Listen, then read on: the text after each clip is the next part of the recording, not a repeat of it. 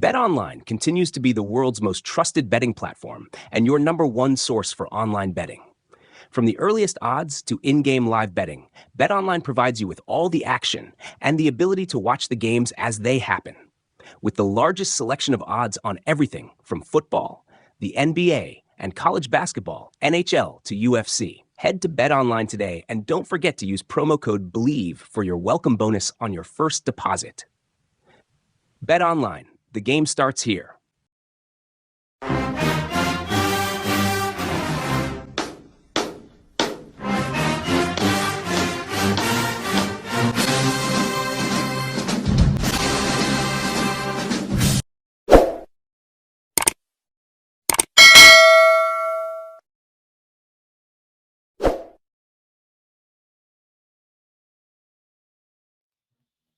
Tiger Nation, welcome back to another episode of Tiger Talk TV. I am the Corey C. Got my main man in the building, KC 1400 Ken Clark. What's up? What's up? What's up, B. Corey C? What's up, Tiger Nation? Or should I say national champs? What's up, everybody? Happy to be back on Tiger Talk TV. We got a good one for them today, Corey. We got a good one. First of all, are you still celebrating? It's been over a week, Ken. We got to move on. You still celebrating? Celebrate. I saw this particular guest that we about to have on. Listen. Saw him after the game, and I think I agreed. We're gonna celebrate this thing all the way up until next December, bro. Got to. Same thing the previous winner just did. We're gonna do the exact same thing, bro. All the way to December. Now, listen, our hopes is and expectation is to be back in Atlanta, but yeah, it's a forever celebration, man. National champs, man. Celebration Bowl champs, man. I feel great, man. And you see me rocking the SWAC championship. I see. Yeah. Long overdue, so we got to live it up, man. But let's get to it, man. I'll let you do the honors. Well, Tiger Talk TV, fans, family, supporters, we got our defensive coordinator, man, the mastermind behind arguably the best defense in the SWAC. You know, arguably. I know they got some other folks out there that think it was bad, but when you really break down the numbers and you do conference-only games, Jack State was number one, and the one that was leading the charge was our defensive coordinator, Coach Torenzo Quinn. Coach Quinn, welcome back. What's up, Coach? Champ. What's up, champs? The champ is here. The champ is here. What's up, baby? How you doing, man? Welcome to Tiger Talk TV, man. Man, I'm blessed. It's a blessing to be in this space. Man, we're happy to have you, man. Are you still celebrating? I know y'all had to get right back to work. So how are you balancing celebrating and we're looking ahead to 2025? Man, that celebration was about 30 hours. It was right back to the next recruit trying to repeat. Hey, we got something I've never seen before, Coach, in the city coming up January 17th, man. And that's the Celebration Bowl / National Championship Parade coming up. So it's still a big celebration coming to Jackson, Mississippi, man. So I know you putting that work in, you putting those long hours in, because we know how hard you work, man. But man, it's got to feel sweet, man, to finally get the big one. Oh, yeah. You know, this one for the fans. You know, Coach T.C. Taylor made that very clear fall camp. We're going to bring one back for the city. Outstanding.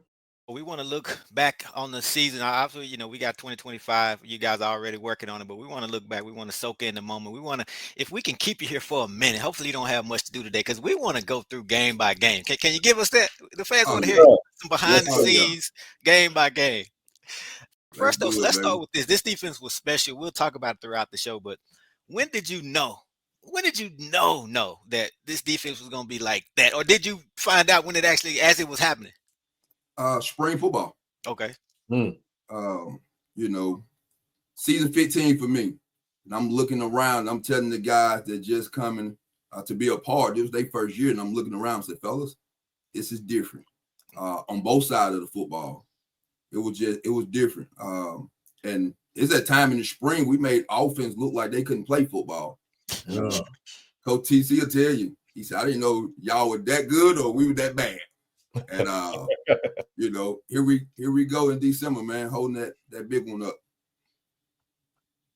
Absolutely. No, Coach, I tell you, man, it was a lot of times we had a chance to just come be a fly on the wall at practice, and we were chomping at the bit, you know, all the way from the beginning of camp, just talking about the potential of what this team could do. And I just thought it was pretty cool to see it play out. We saw all the work you guys put into it. You had a senior-led defense with likes of, obviously Robert McDaniel, AJ Petty, Isaiah Guthrie, and others.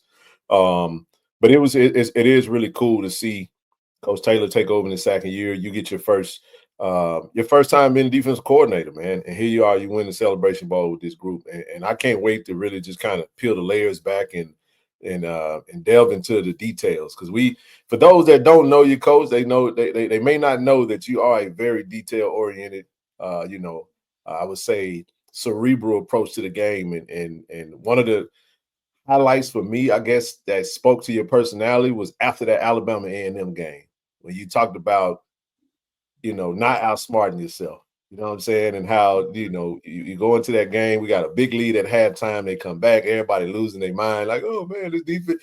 And we just proceeded to continue to win and win and win. And a lot of chatter was out there. And we're excited to have you on, because I know you wanted to sit down with us and tell your version of it and your story and what you were able to do with this team and with the staff. And that was winning the Celebration Bowl. Without a doubt, man. And Coach, before we get to it, I just want you to talk a little bit about your first season as a defensive coordinator, the adjustments you had to make. How did it go? Was it overwhelming in that new role?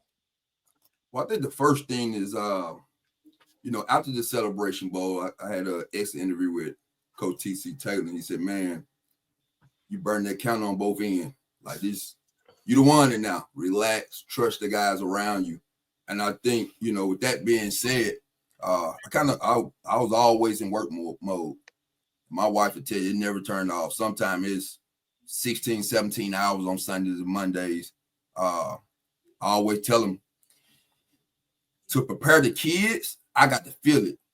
And when I feel it, that means that comment I made as far as I got your playbook, like I'm really talking about the mental, like nothing you can do will surprise us. We'll have an answer for everything you do. We peel back the layers. Every motion, what are they trying to get accomplished with? Motion to the field, motion to the boundary, personnel sets, backfield sets, wide out splits. I want to know everything about this offense. And so sometimes it just led me to be in the office, man, numbers of hours. And when you're working with your first year, you want to make sure it ain't on my watch if it don't go as planned. It won't be on my watch. It won't be the defense. So that's always been my mindset. And I don't think it helped when you look around the room. I had a bunch of young guys with me. It's Khalid first room on the Division I level. It's Coach Orr first room on the Division I level. This Coach Vincent first room on the Division I level. Won championship in high school. And so I think starting off probably the first 4 or 5 games, it was a trust issue. I knew they was good coaches when it came to the fundamentals and technique. But it was like that experience, of putting a whole game plan together. But as the year went on, man, them guys were lights out. So I got a little relaxed. But it's been a hell of a year, man. But numbers of hours. No doubt. All right, let's dive off into it. You talked about knowing the defense was special during the spring. I thought it was special. I had the privilege of kind of coming to some practices. I know Ken as well. So, but we always get accused of looking at it through a blue lens. So when we get excited and say, oh, this defense is special, it's Jackson State homers. So we were really, really looking forward to that first game, not just because it was the first game, but obviously we could gauge ourselves against an FBS opponent. So let's go right to it. The first game of the season, one that everybody was waiting on, ULM on the road. I want to start with something that I think kind of caught everybody off guard. And a lot of the fans still may not know about this, and that's the Robert McDaniel situation minutes before kickoff. So if you can kind of just talk us through that, what happened, why did it happen, and how did you adjust? What adjustments did that force you to make right there on the spot? Man, I think to get that news like 20 minutes before kickoff was just like, it was a major surprise. And let them know what that news was. Let them know that for the ones who don't, because a lot of people don't know. Well, Robert McDaniel was ruled out the first half due to a targeting call against Jackson State the year before. Right. And so first thing I did at that moment, I went and found Rob, because I need him to confirm it. Say, man, you got kicked out? I said, yeah, because I got kicked out. I said, hey, you out for the first half? He like, what? I said, yeah, you out for the first half. He didn't know that it carries on to the next season. Neither did I. I didn't either. It shocked me. But we was able to put Shamar Hawkins out there, a great energy ball, man. You saw him all year, and you know, it was shocking to him as well. You know, it was his first start, and it kind of hit him by surprise. But that news that early, that late, my bad. That news that late was surprising, man, to try to adapt to on the go. You know what, Coach? You know what question I still have about that? Man, who called that in? I have no idea. I'm sitting there saying to myself, like, who actually thought about this? That's a ULM. You got to do it if you're ULM. So you think ULM did that? Okay. I'm not sure if ULM. I'm not asking that question as if I have an answer to it. I just was always like, man, who snitched like this? How would they know this? And you know, whatever. The thing that got me was the timing of it. I understand if that's the rule, that's the rule. But why are you finding out right before kickoff? Shouldn't you have known about that? So whoever called it in, did they wait to call it in, or is that normal for you to find out? I know that's a unique situation for a player to get kicked out of a game and then move over to a different team, and I get all that, but the timing kind of threw me out. And Ken, we were heading out to the field when A.D. Robinson was just finding out. You remember we walked past him at TC. We knew something. We didn't know what was, but A.D. Robinson was real animated, so we knew something was up. Yeah, man, that threw me off, man. I was like, whoa. Yeah. And that was my immediate thoughts. Like, man, who the heck thought? Maybe they did know, and maybe they was like, nah, we just not gonna say anything. But I would have thought that would have been something that the player would have been notified of way before 30 minutes before the game. And I just kind of seeing all that happen. It was already a weird game with that big ominous cloud coming across the field before the game started. You know, that was just it looked like some Armageddon stuff. But anywho, man, but no, that was just a shocker though. Yeah. But go ahead and talk about the game. It was a lot closer than the final score indicated, right there, knotted up at the half. So what was your perspective defensively? Man, I thought coming into it, you know, throughout the week leading up to the game, we had a great game plan together. This team was heavy FIB formation in the boundary. And, you know, we had a couple of things that we wanted to do to kind of attack that. You kind of saw early when he said got the big sack. You know, we wanted to pin them in the boundary. They put all the numbers in the boundary. We want to make sure they couldn't get back to the field. And, you know, starting off with just that alone, because it was a big piece of what they wanted to do. They wanted to see how you was going to adapt to them formation in the boundary and all them numbers. And they had things that they wanted to get to based on how you adapt to it. So we had multiple game plans when it came to that. We knew they wanted to run the football. Yeah. You know, coming in. We wanted to stop the run. Looking at the stats, we didn't do that. They had 200-yard rushing. But I go back and I always tell the guys here, you got to limit the explosive. And they had 2 or 3 runs where it was 30 yards a pop. And I can remember the first run of the year. You know, it's TFL, and guys spin off and get like 30 yards. I'm like, uh-oh, you know, will we be able to weather the storm with their physicality? And so that was my initial thought. Well, we're right where we needed to be at in fourth quarter. I mean, we down 20-14 with an FBS program. That's tough. I don't care how bad the FBS program has been in the past. That's to be an FCS program and be 14-20 going into the fourth. That's big.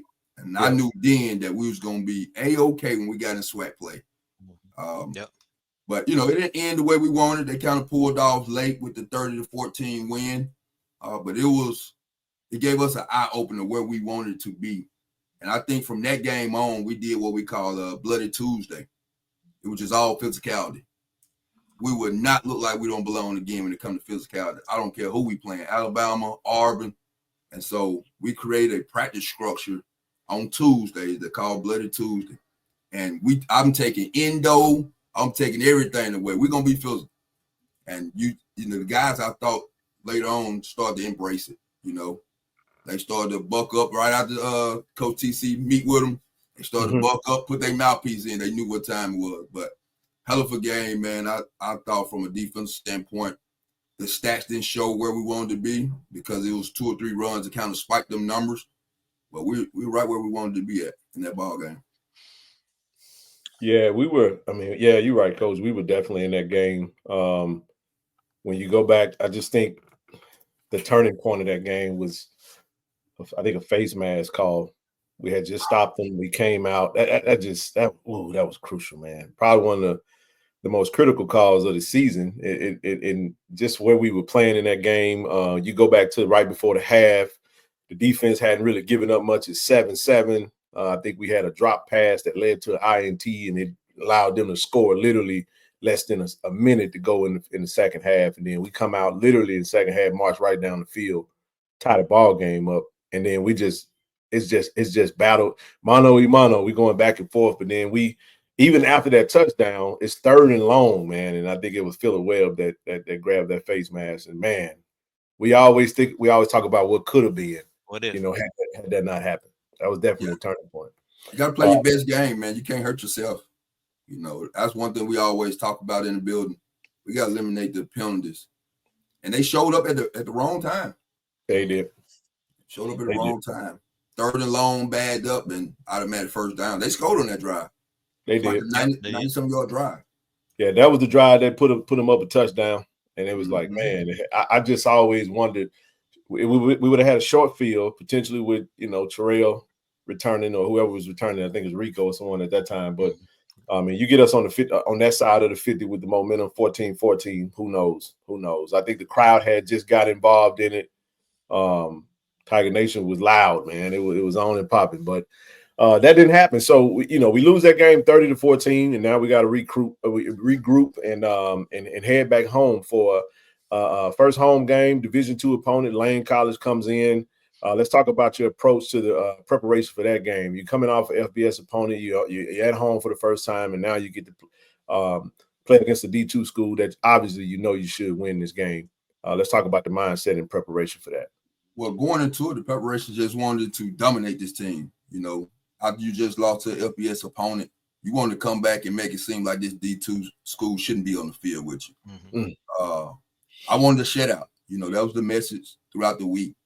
How we win this game is going to be important. We don't want a 20-point win. We want a shutout with a total domination.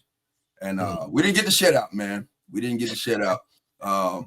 But I was excited to play that game. The defensive coordinator and I was at Alcorn together.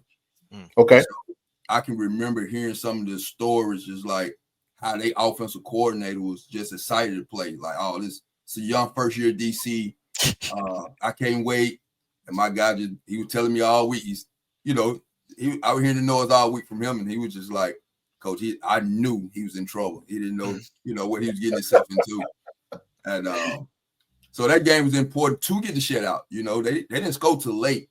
And right today, everybody still asks, what made you put the Warrens back in?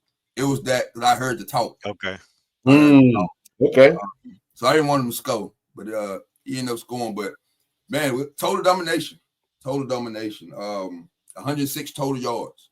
106 total yards. It would have been less than that. I always mess with KJ, man, behind that. He dropped that interception. I tell him every time I see it, KJ, you owe me one, dog. But also before KJ, though, man, I think BJ Washington broke on the ball, man. It could have been a pick six to the house, and that would have just been, a 60-point win with. But unfortunately, we didn't get the INT, and then they eventually just kind of marched the ball down there, and we let up a little bit. We all wanted that shutout too, man. I think we all hated that 7. It's a thin line because I always tell the kids, man, for the ones that deserve to play will play. And when you get them type of opportunity to steal some experience time for the young guys, I want to be able to do that. Yep. The moment I put them in, the ball started to move. I'm like, I don't know if I want this. I want this shutout a little bit more than I want y'all to get this experience. Yeah. And so I ended up pulling them, but man, hell of a game. Total domination. Like I said 106 total rushing total yards. I want to say it was 31 passing, like 70 rushing. The majority of that came on the last drive. And so that was the disheartening part, but total domination, man. Shout out to the kids that they played their tail off, and they prepared. I thought they prepared all year. Yep. Total domination as we expected. And then from there, we move on to the big rivalry game in the vet. Southern didn't count in the SWAC standings, but it's just as important to us, obviously, to get the win over them Jags. And we did just that. But the tale of two halves, defensively, talk a little bit about the difference between the first and the second half. I know in interviews you've talked about no quarterback making it out of the vet. Well, that was the case against Southern, but when they had to go to their second quarterback, he started to move the ball. So I know that was frustrating you. So talk about that a little bit. Man, learning experience. I have learned something from every game. And this game was coming into the game plan on Sundays. I sit down with the defensive staff and I go by one. Coach Jones, I start with Coach Jones. You know, what we got to do to win this football game. But Coach, we got to stop the run. This OC want to run the football. We got to stop the run. We got to make this team throw the football around. We got to make them do something they don't want to do. And so I go around the table, and everybody kind of gave you the same story. Stop the run, stop the run, stop the run. And we did that. So coming into it, that was our whole focus. You know, anything that makes the call sheet, any calls that's put on that call sheet, it's going to be a reflection of what we said must happen in order for us to win this football game. So don't talk to me about Coach McGunner can't talk to me about being in one-on-one situation if the goal is to stop the run, and vice versa. You know, them guys, Coach James and Coach Orr can't talk to me about something dealing with run when the goal to win the football game is stop the pass. And so going into that, we wanted, you know, I had faced Coach Frederick at all corner 22, and we go down there to Prairie View, and I'm like, this guy want to run the football. He hang his hat on running the football. So the first half, as long as the game was closed, we stopped the run. Yep. They ended with 29 rushing yards. Right. So we did exactly what we wanted to do as far as how we plan on winning this football game, which was stop the run. Now, what I learned from this in the second half, we up on everybody big. And so I'm still trying to stop the run. But they down 20. So they turned it to 7-7. But I'm still in the run stopping calls. And I think, you know, that was the learning point from that game. And this game right here, Southern, helped us with the Grambling game and the Southern game and the Pine Bluff game. So this game helped us numerous of times after the fact, because I had to understand we got one game plan, but once they get down big, we really need to switch the mindset. Because now they're just throwing the ball because they got to get back in the game. I'm still trying to stop the run on first and second down. And they throwing the mess out the ball. So now I got the DBs in harm's way, you know. We in one-on-one, we playing man across the board, and they just throwing one-on-one routes, and they winning the routes. Yep. Mentally, I was just still caught up in, they ain't running this football. But, you know, at that point, you know, they didn't have to run the football. They were trying to get in the game. So I learned something from that game, and I thought I was the reason that score looked the way it looked, even though it was 15 points. But it was one half shutout, and then the second half, they kind of threw the ball around. Yeah. Because that's actually admirable to be able to speak to that, because I think this is kind of some of the stuff that a lot of the fans they're going to love to hear that, because, you know, a lot of people think they know football. Everybody think they're expert. So it's always good to listen to the coach talk about his perspective, what he saw, what he thought, kind of the approach. Pretty dominant, though, still dominant. I mean, when you look at the stats, I mean, the quarterback comes in, subs in, and he has a lot of empty calorie yards, 350 plus passing yards, mainly in the second half. So as you stated, you know, you guys did a phenomenal job. We turned them over a couple of times, won the turnover battle. And then in the end, we got the win. And now that propels us to move on to our next game, which is we got to go to the hole now. You know, I don't know if you know, historically, the hole has been just a nightmare for Jackson State historically, going to Grambling and winning that game. Let's talk about now you're 2-1. You get two of them at home. Now we're getting ready to head back to Louisiana, over to Grambling, in another non-conference yet in-conference foe against Grambling. And we go out there and things tend to start to fall apart for us, mainly on the offensive side, because we kept turning the freaking ball over. But let's just talk about your approach to the game plan, kind of what you saw when we went into that, and then what happens when you see that type of game going on. How do you feel about the adjustments and all that good stuff to try to help the offense out? Because it was just a turnover fest at this point. Man, it's hard to win a football game with 7 turnovers. I think it was 5 turnovers and 2 turnovers on down. Yeah. You ain't gonna beat a middle school team like that. But I thought you know, that's you listen the press conference. That's where the defense came in at. Okay. You know, this week, you know, when you start to try to divide offense and defense, I never was raised like that in this game. Like we in this together. You gonna affect me. I'm gonna struggle some. You gotta be able to hold me down. You gonna struggle. I gotta be able to hold you down. And we can't let the outside noise divide us as a coaching staff. Right. We put a lot of time between these walls together. So I wasn't gonna let that happen. You can put it out, you can put the whole 41 points on me. But I wasn't gonna let them divide us, you know, offense and defensively. But looking at the stats, man, like the course of the week, just preparing for this team, the offense coordinator at Southern was with Dooley. Yep. It was the exact same playbook. But this is what I told you the second half I have learned. So now they going 10 personnel throwing the football around. And I'm like, I'm getting it dime. I'm putting 6 DBs on. They can't run the ball against us. I'm getting dime. So now we got a different variety of coverage that we can choose from when we in our dime package. Dime, we have 6 DBs on the field. And so that's why I said the second half of sudden helped with the Grambling game. Coming into it, they have the preseason offensive player of the year at quarterback. And he had 167 passing yards. But the game plan, when I went around that table that week, we got to stop the pass, coach. We got to stop the pass. We got to stop the pass. So we went in that game of stopping the pass first.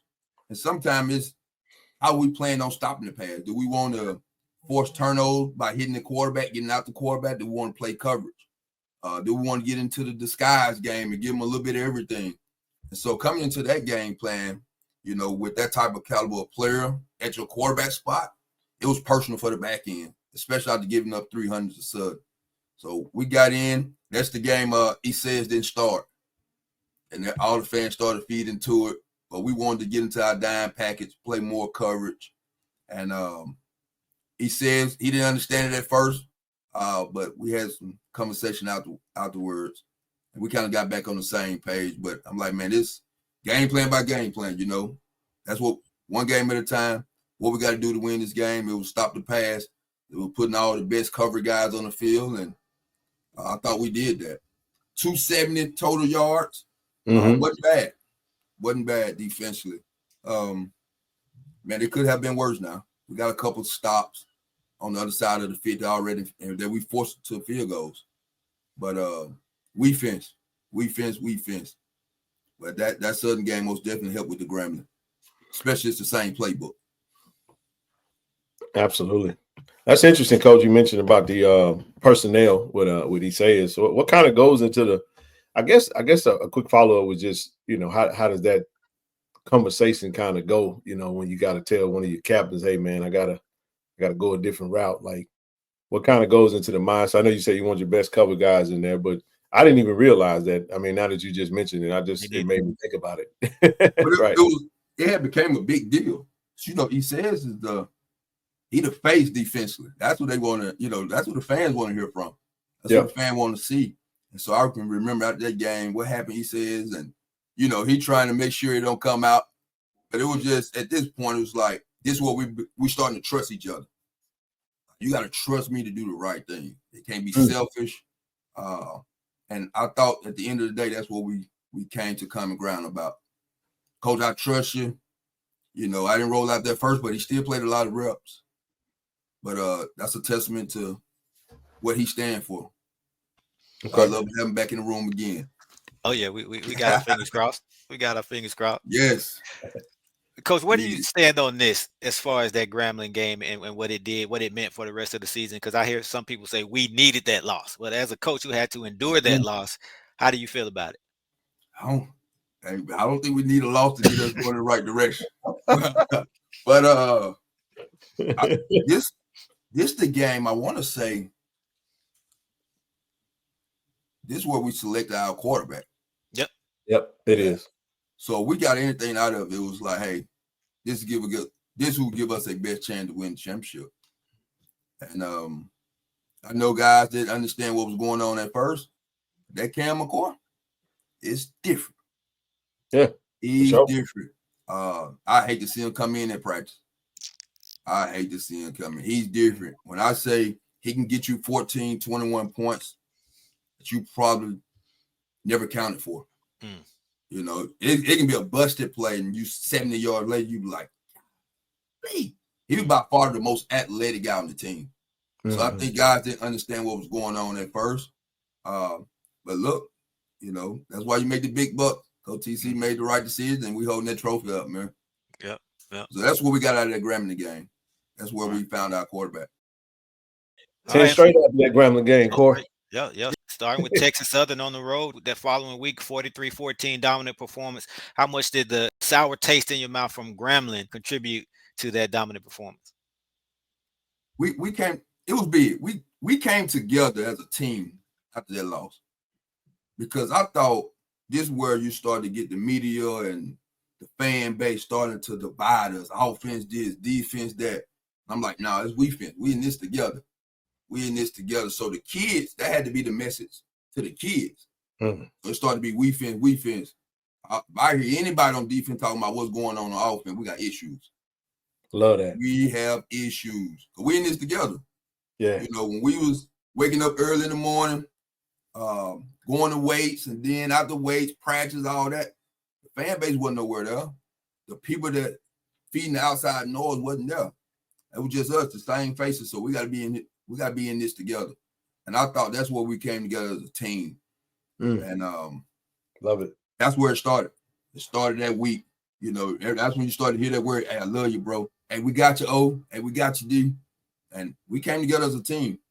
So we also got that out of the Grambling game as well. But going into the Texas Southern, one of them games we were going in, we had to stop the run.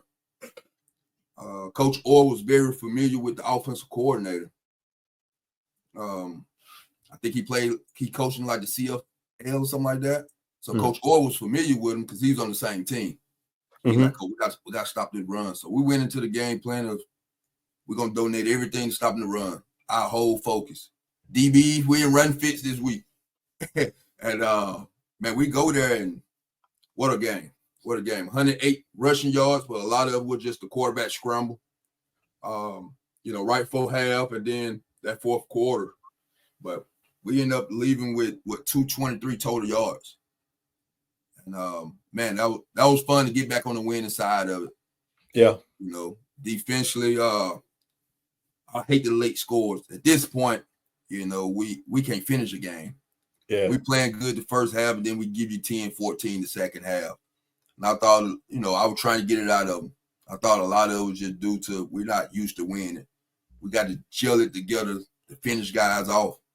And you saw on the flip side of it later in the season, that's exactly what happened. But we had to preach it over and over. Finish them. And so great game plan. Was blessed to get out there with a dub. The fashion way. Hey man, listen, I was happy to get back in the winning column as well, just as much as you guys were, Coach. And here we are. We finished this game, and now we're heading over to Mobile, Alabama, home of the great legendary Dr. Doom, Robert Brazile. Shout out to our Hall of Famer. We're over there for the Gulf Coast Challenge against Alabama A&M. Man, we come out the gates guns blazing. So we go up with a big lead. And boy, here comes the second half, and oh my gosh, boy, Tiger Nation lost their cool now. Hey, listen, hey Corey, we tell the joke. TD and I we got into a heated conversation. Kevin did, his wife was riding with us. It was just like, I think we all needed. We needed the win. I was happy that we won, but I know we definitely was looking forward to hearing from you about this one, because this is what I alluded to when we first got started, when you were talking about just, you know, not outsmarting yourself in the second half, because we go into the second half. I think we go into the half, 38-10. 38-10. Goodness gracious. And then we come back out in the second half on the score of 7 points. Goes back to that defense, and then we proceed to give up obviously a lot of points. I want to say, what was it, 28 points in the second half? Let's talk about it. Well, I thought, you know, this one of them games I learned something from. You know, this is your bumps and bruise with a first-year DC. Gotcha. It don't necessarily be the smart part, because I can be ready from, you know, being smart, been around the game a long time. It wasn't that. It's the do's and don't when you calling it. And I can remember coming out, I'm like, this over with. The way the offense moving is over with. Yeah. And so they came out in 12 personnel. That's 2 tight ends. Normally it's a run formation. I'm looking at that clock and I'm like, this ain't gonna get you back in the game, running the ball. So I just stayed in base defense. I'm like, it ain't us versus you no more. It's y'all versus that clock. You know, being down 28, you can't run the football. And they was in run formations offensively. So it was really like a slow death. It was, you know, let them have it. I didn't want to blitz or do nothing early and force a quick touchdown. And so this one of them deals, I was like, you just outsmart yourself instead of still calling the game the way you call it. You know, you're trying to do next level thinking, but you're really hurting yourself. Like you said, it was, you know, offense struggled the second half. So it was more of 3 and out, right back, 3 and out, right back. And it's like, whoa, I need to take a different approach. Right now, they winning the time down. Man. They scoring, and then they get the ball right back and they scoring. And I'm like, whoa, they can't get back in the game like this. You know, so I thought that was big, and that's what I got out of that one, man. Just call your game, no matter how much you up at half. Offense was rolling. Like 38 points in the first half that's insane. And so I'm like, the way they moving the ball, you can't get back. You can't get back in this game. I just can't let you back in the game by allowing you to score fast. And that was the thought process. We just played base defense, and it was a slow death. And so now we need to stop. We're trying to play defense now. We played 90-some snaps that game. Yeah. They doubled us in time of possession, which was insane. But it was me. Yeah. The 90 snap was on me because my mindset wasn't first down, second down, third, get off the field. It was like, keep eating the clock. I'm going to let you have it. First down, second down, third down, first down. See, Coach, I know Tiger Nation going to love this because you're answering all the questions because folks are like, man, why are we just giving up the underneath? And that's the stuff you're hearing, you know what I mean? You kind of see it and it's like, okay, I appreciate this because now I can really understand the mindset behind it. It was like, okay, let you run yourself silly, run the clock out. Okay, good stuff, man. Keep going. And before you know it, I mean, the game would be over with. But a couple 3 and outs, and they scored, and then it was 3 and out, they scored. I got on the headset and said, hey, we gotta play defense now. That punt. What was that fake punt, Corey? That fake punt? Oh, man. Yeah, that changed everything. We got to stop. We got our first 3 now. So now I'm like, I got to call it now. Like, I'm calling it as if it's back 0-0. And then the fake punt, I'm like, D, we right back up. And, man, at the end of the ball game, if it wasn't for the time, I don't know where that game would have fell. That time helped us because we played 90 snaps. Now we can't get off the field. Yeah. We trying to get off the field at this point. I'm blitzed. I'm doing everything under the sun. Ain't nothing working. Yeah. And I go back and I'm like, it's quiet on the way home now. They gave me that stat sheet. I ain't want to hear nothing. I don't care about the win. We just gave up too much. It was so quiet on the way back. And I say quiet, you drop a penny, everybody would have heard. It was quiet. I don't want to hear nothing. That ain't the standard. And then they tell you Sunday, that's on me. And I go back and I evaluate everything. And, man, I tell you this. Who you with matters. I get back on the bus. My wife said, you don't think you got out-coached? Wow. Wow. That's the see your wife. You don't know your wife, her son hero in this thing, man. She been there. I take pride in my work now. You ain't been telling me something about out-coach me. I spent too many hours. But when I went back, and that was on me, fellas. I outsmart myself. You know. Oh, that, and we end up playing 90-some snaps. So that's tough. I did that to y'all. But we got out of it with a win, and let's learn from it. Let's get better from it. So that's another one of them games where I learned something. Coach, let me ask you real quick, Corey, before we move on.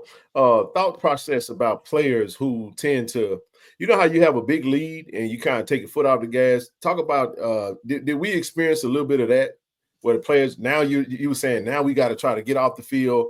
Did you kind of see like, okay, I'm trying to crank this engine back up and now it's not seeming like it want to start up again? Is that what was happening?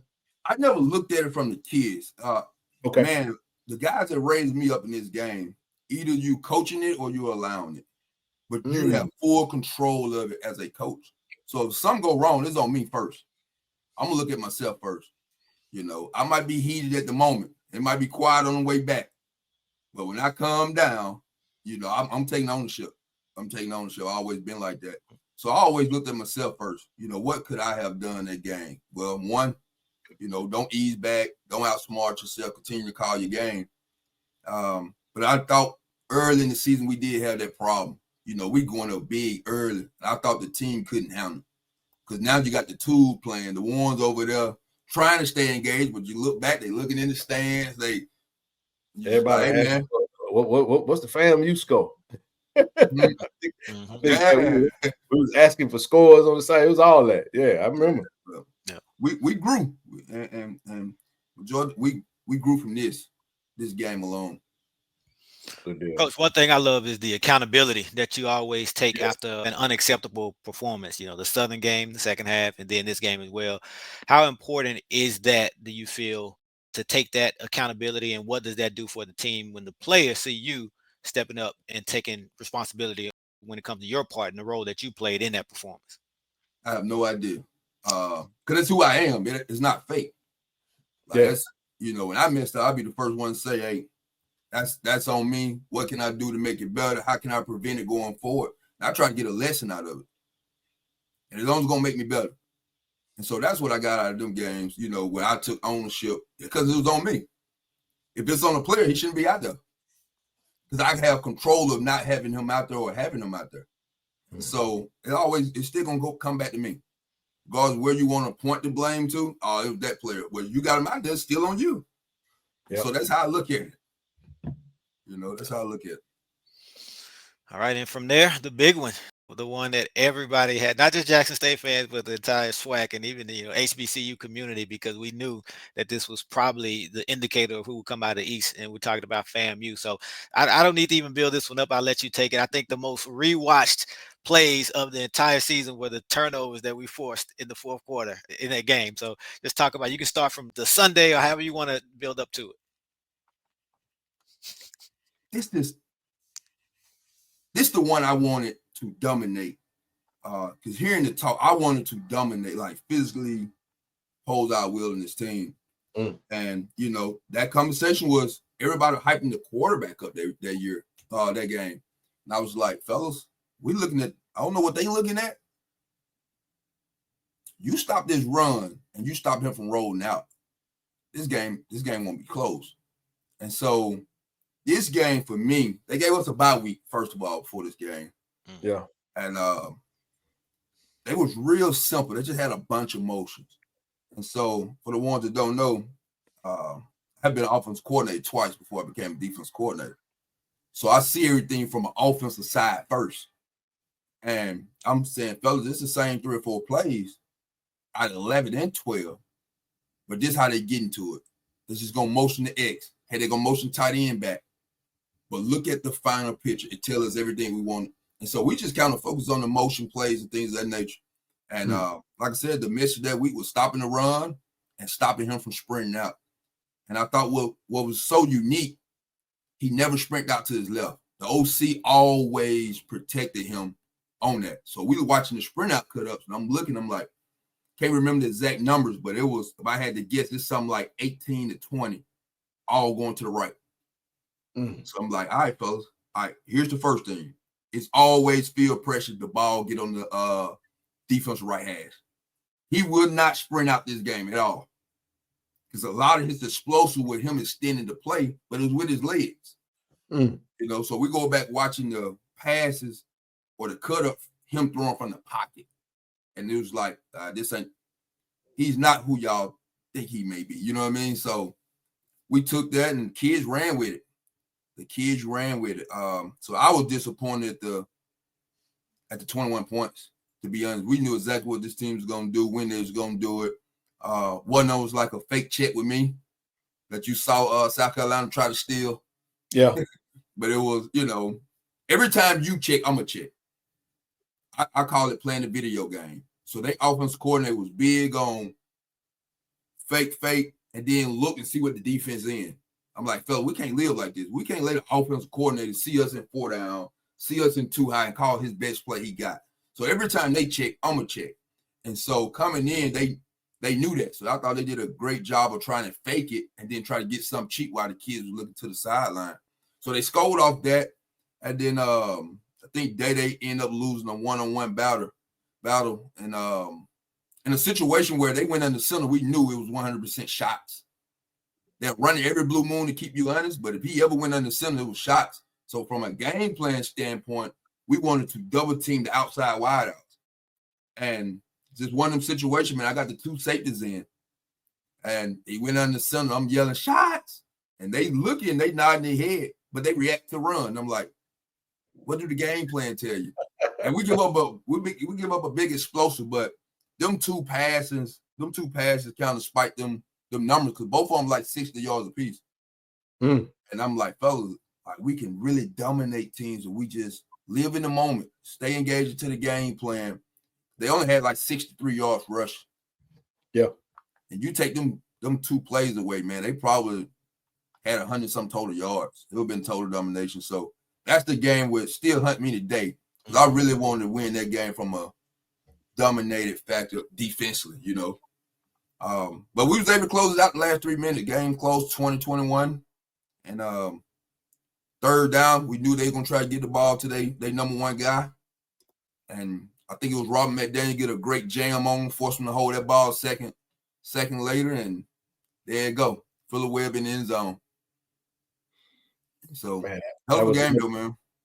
Hey, that was, man. I think that was the game that we all knew we needed to get over the hump on, and that was the de facto SWAC championship that a lot of people call it, you know, with whoever win the East, because that's the East. That game has pretty much decided the conference for the past 4 years, and so we knew we had to get that game.